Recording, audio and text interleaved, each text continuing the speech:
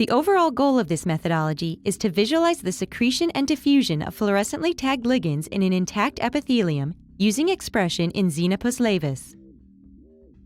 This method can help answer key questions about the establishment of morphogen gradients that are known to be essential in the specification of cell lineages during early embryonic development.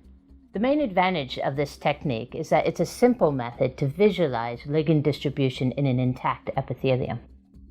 An essential part of the protocol is generating biologically active ligands that are normally processed and secreted and able to elicit a response in receiving cells, despite having a fluorescent tag attached.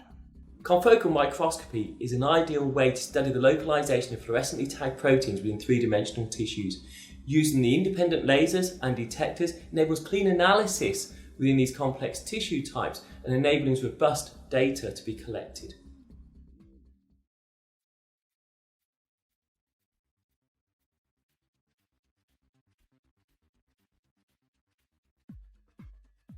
After generating mRNA coding for fluorescently tagged ligands and acquiring Xenopus laevis embryos according to the written protocol, inject the mRNA together with a lineage tracer such as membrane RFP into a single cell at the 16 to 32 cell stage.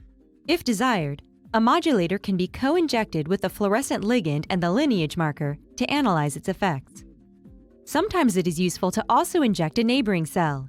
Here, a second cell is injected adjacent to the previously injected cell.